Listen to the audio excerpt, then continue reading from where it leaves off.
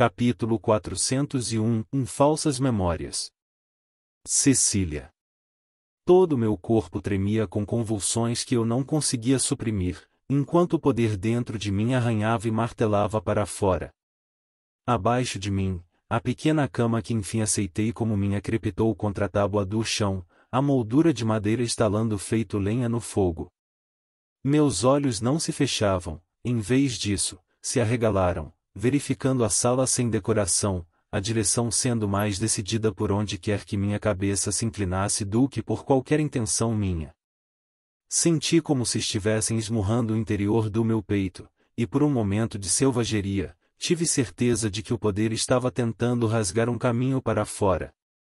Então ouvi vozes atrás da pesada porta de ferro do meu quarto, e percebi que a sensação era apenas meu batimento cardíaco, pois dava uma reviravolta repugnante. Quis gritar, dizer a eles para irem embora, que não tinha como eles se aproximarem. Foi demais desta vez.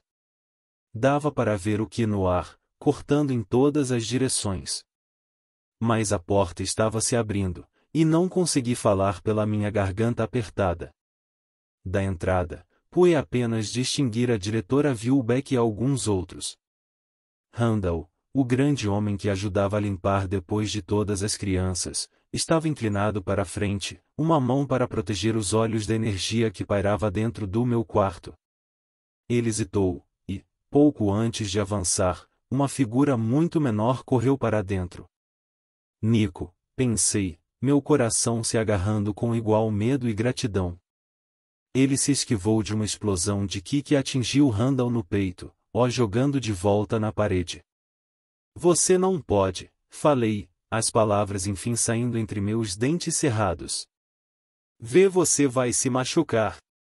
Porém algo estava errado. Seja devido à tempestade de ki destruindo a sala ou através da minha própria percepção enfraquecida, ele estava começando a se tornar um borrão, ou melhor, ficar tão claro que impossibilitava uma visão detalhada, enquanto uma auréola borrada o cercava. Tentei me concentrar, mas olhar para a auréola fez minha cabeça doer de um modo terrível. Ele estava quase que se arrastando para minha direção, estendendo a mão. Não consegui olhar para ele, e então me virei, ainda podendo vê-lo pelo canto do olho. A imagem cristalina dele e da auréola difusa se separaram em duas imagens individuais. Uma delas era claramente Nico, seu rosto fixo em uma careta heroica enquanto ele passava pelo surto de ki que meu ataque estava desencadeando. O outro, a imagem embaçada, era um menino da nossa idade com ki inchando dentro de si, o suor escorrendo por um rosto torcido em desespero. A cama se separou, as penas, o tecido e pedaços de madeira girando no ar e espiralando ao meu redor como se estivessem presos em um tornado em miniatura. Senti ser levitada com os dois meninos, Nico para um lado, o menino embaçado para o outro. A cada poucos segundos, eles se juntavam, virando uma figura só, e então explodiam de novo, caindo de ponta a ponta. A sala estava se separando também, depois o orfanato. Conforme a tempestade do meu ki crescia, descascava camada após camada do mundo e esvaziava tudo. Nico e o menino borrado de repente se dividiram em dezenas de cópias de si mesmos, cada um meio diferente, que nem a luz através de um caleidoscópio. Eles começaram a cair feito flocos de neve à deriva em tantas cenas sobrepostas, em fotos das minhas memórias, e jogadas lado a lado. Nico, ainda nítido e visível, fazia os mesmos movimentos do borrão, que se movia como uma sombra logo atrás dele. Meus olhos se abriram. Me inclinando, liberei a pressão que vinha aumentando dentro de mim. Um atendente pôs um balde debaixo do meu rosto bem a tempo de pegar o conteúdo do meu estômago. Alguém deu uma tapinha no meu cabelo e murmurou ruídos suaves e reconfortantes. Diga ao Alto Soberano que ela está acordada. Ordenou baixinho uma voz desencarnada nas proximidades. Agora que o sonho havia acabado, minha mente desperta podia sentir as lacunas entre as memórias duplas e lugares em meu cérebro onde a grona havia substituído por lembranças fabricadas. Entretanto, mesmo reconhecê-las era como enfiar um dedo em uma ferida aberta, desencadeando outra onda de vômito que fez minha mente ficar em branco. Gray, percebi, o contexto das memórias sangrando pela névoa obscurecendo o olho da minha mente. Tanto Gray na minha vida, e tantos buracos vazios preenchidos ou pavimentados com Nico. Sentindo um pânico nauseante e repentino que desencadeou outra onda de vômitos, tentei lembrar das partes muito mais posteriores do nosso relacionamento, momentos com os quais nunca me conformaria totalmente quando visto por esse corpo, aterrorizada com o que encontraria. Mas, e estavam intactas. Isso foi real, nosso amor foi real. Quando a náusea se esvaiu do meu corpo cansado e dolorido, me inclinei para trás e fechei os olhos, vendo apenas um vislumbre da tendente de cabelos escuros que estendeu a mão com um pano para limpar meus lábios e queixo. Pronto, amor. Relaxe. Disse ela com um leve aroma de lírio de vexor. Eu não tinha noção da passagem do tempo e perdi toda a coerência enquanto meus pensamentos iam de lembrança para lembrança. Podia sentir as falhas no meio das reais e das fabricadas da mesma forma que a língua sentia o vão de um dente perdido. Sem qualquer orientação direta, minha mente parecia correr da memória para a memória, explorando as profundezas de si mesma, mapeando e dando sentido à mudança na consciência. Se tivesse sido 1 minuto ou 1 hora depois, não importava, uma presença sufocante apareceu ao meu lado, afastando todo o resto para abrir espaço para si. Os meus olhos se abriram mais. Agrona estava ao meu lado da cama, olhando para mim com uma leve carranca que comunicava preocupação. Como você se sente? Perguntou, seus olhos escarlates fixos nos meus.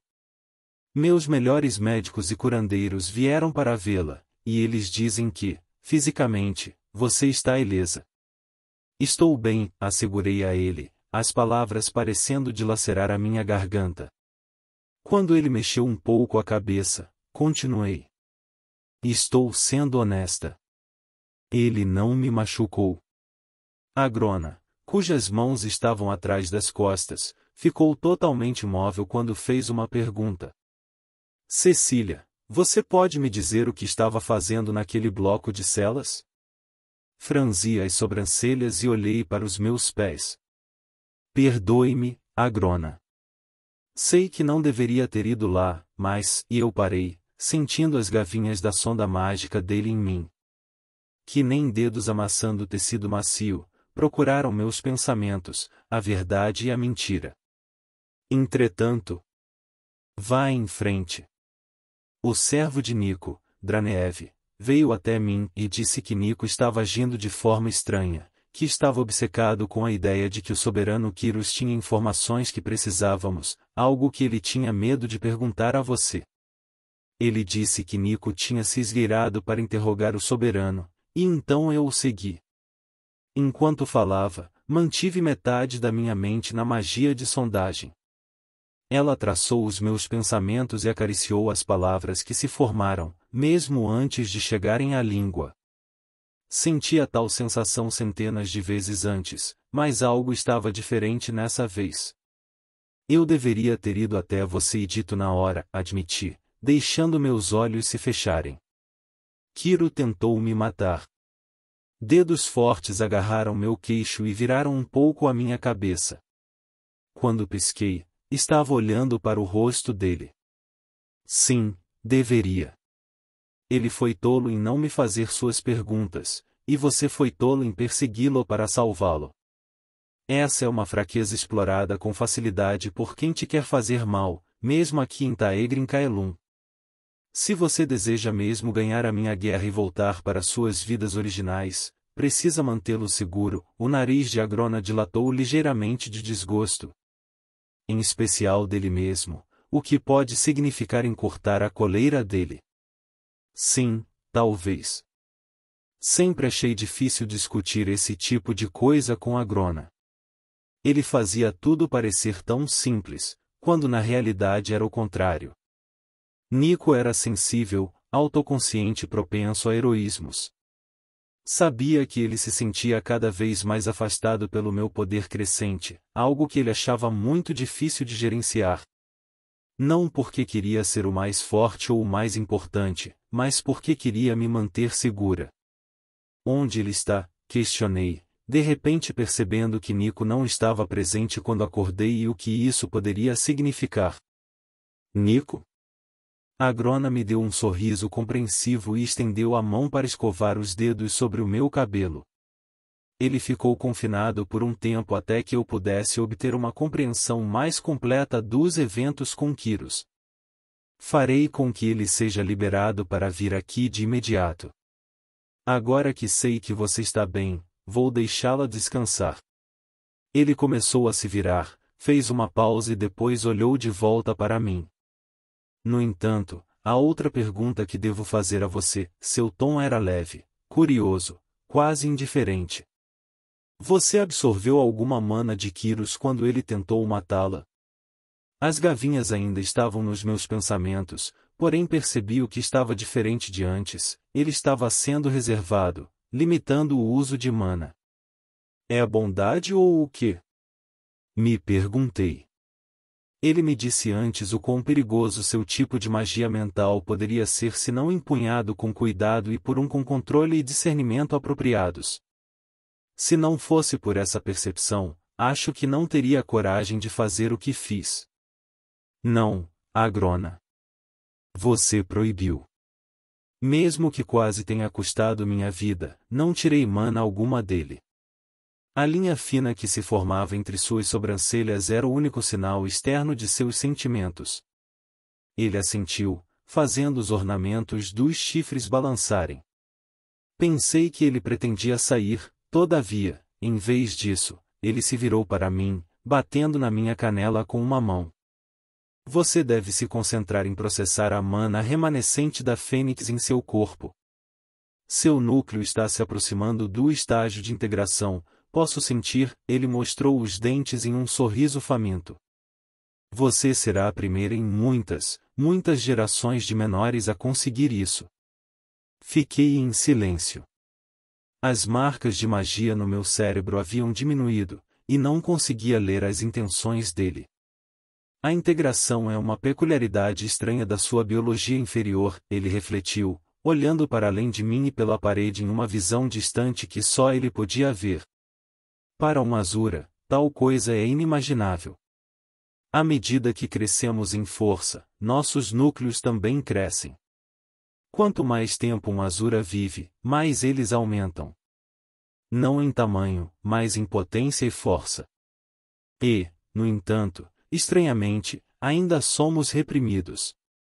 De que maneira? Perguntei, hesitando.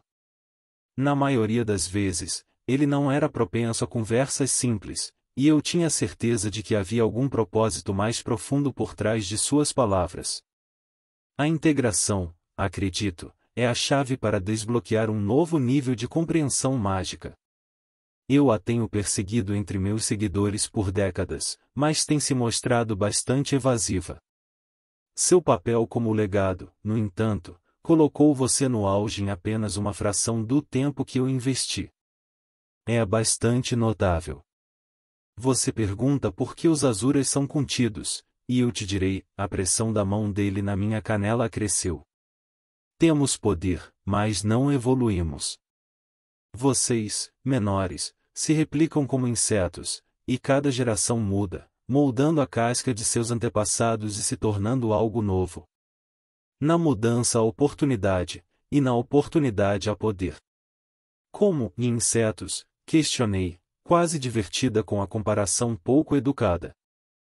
Ele acenou com a mão com desdém. Uma vez que você tenha atingido o estágio de integração, então você será capaz de entrar totalmente em seu poder como legado. Até lá, não deixe que pequenos contratempos atrapalhem seu progresso. A derrota de ontem se torna a lição que informa a vitória de amanhã. Ele se endireitou e alisou o rico tecido roxo de sua camisa. Seres como nós dois não podem se dar ao luxo de deixar escapar nem a menor das lições, Cecil. Você deve absorver tudo, interiorizar cada uma delas e então se armar com o que aprendeu. Entendeu? Mordi o lado da minha bochecha, incerto se tinha entendido de verdade, mas depois de um momento assenti. Descanse, então, e considere as minhas palavras, falou, antes de se afastar. Só então percebi que estava sozinha, e que todos os servos e curandeiros tinham me deixado.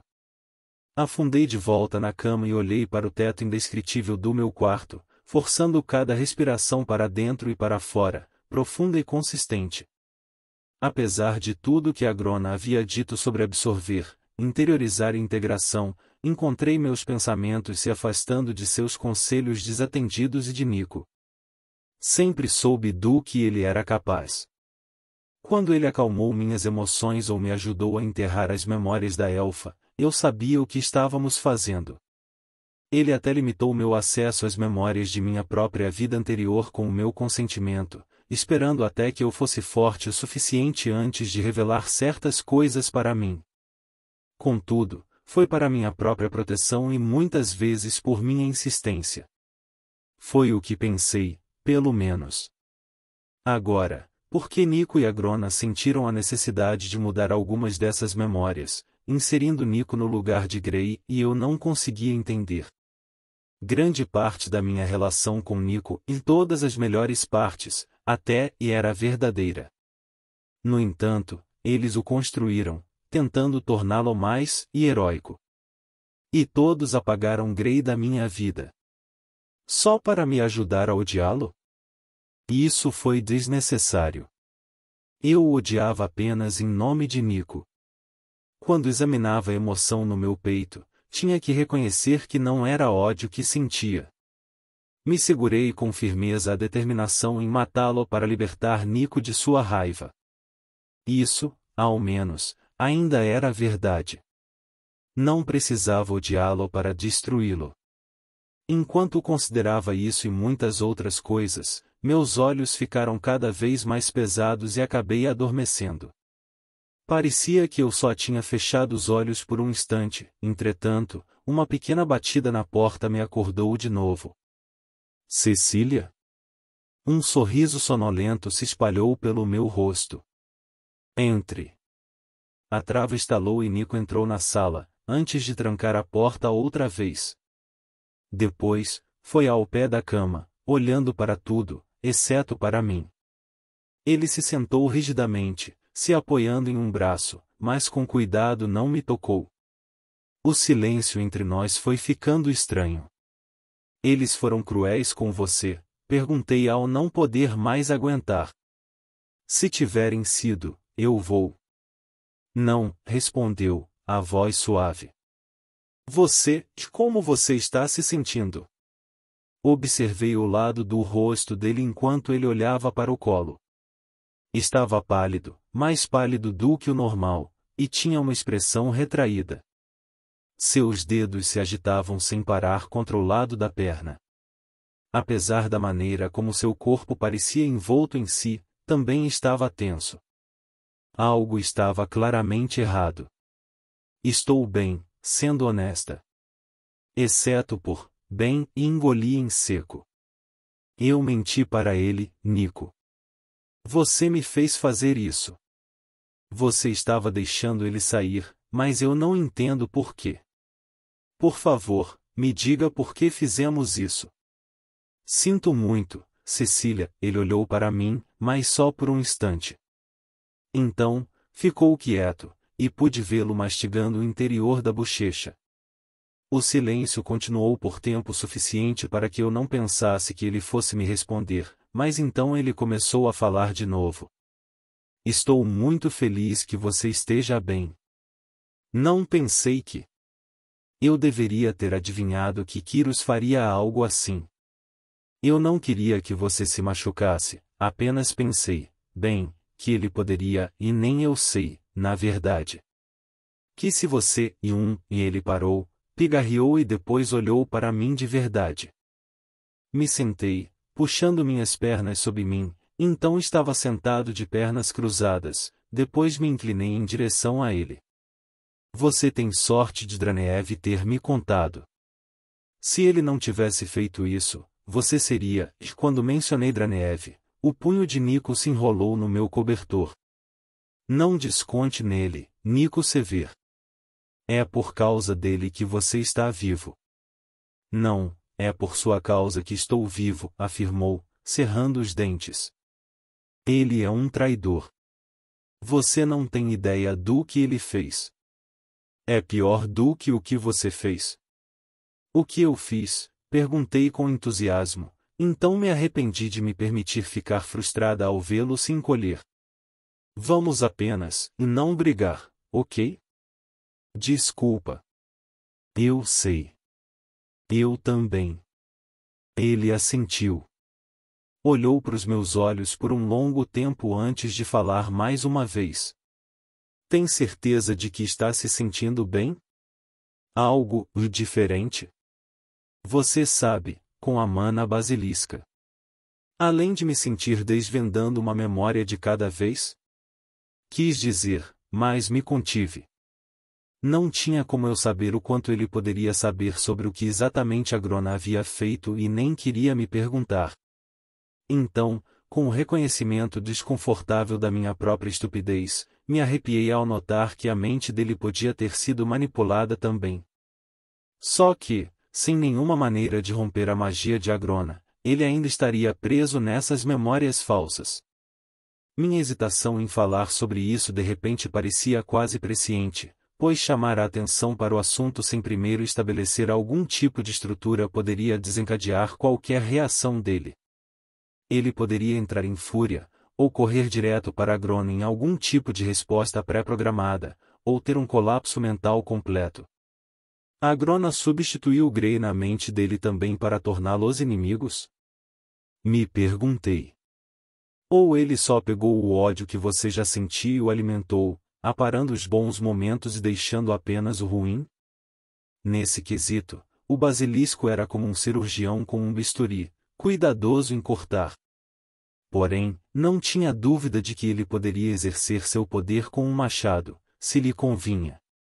Cecília? Pisquei várias vezes, percebendo que tinha sido arrastado para o fundo de meus próprios pensamentos. Eu estava apenas me inspecionando, eu acho. Mas, não sinto grandes mudanças dentro de mim. Talvez seja mais fácil manipular o escudo de Sesclar? Digo, a mana da Fênix já deveria ter ajudado, com a basilisca deve ser ainda melhor, certo? Várias emoções aparentaram brilhar no rosto dele de uma vez antes que ele as controlasse. Sim, claro. Tudo sempre tem um lado bom, certo? Ele tentou sorrir, porém estava fraco e dolorido. Então, fez uma pergunta que me pegou desprevenida. Por que você não contou a Agrona? Eu não tenho certeza, e gaguejei, me inclinando para trás e deixando a cabeça encostada na parede. Ele se reergueu, se acomodando mais na cama e me encarando. E você acha que ele não sabia?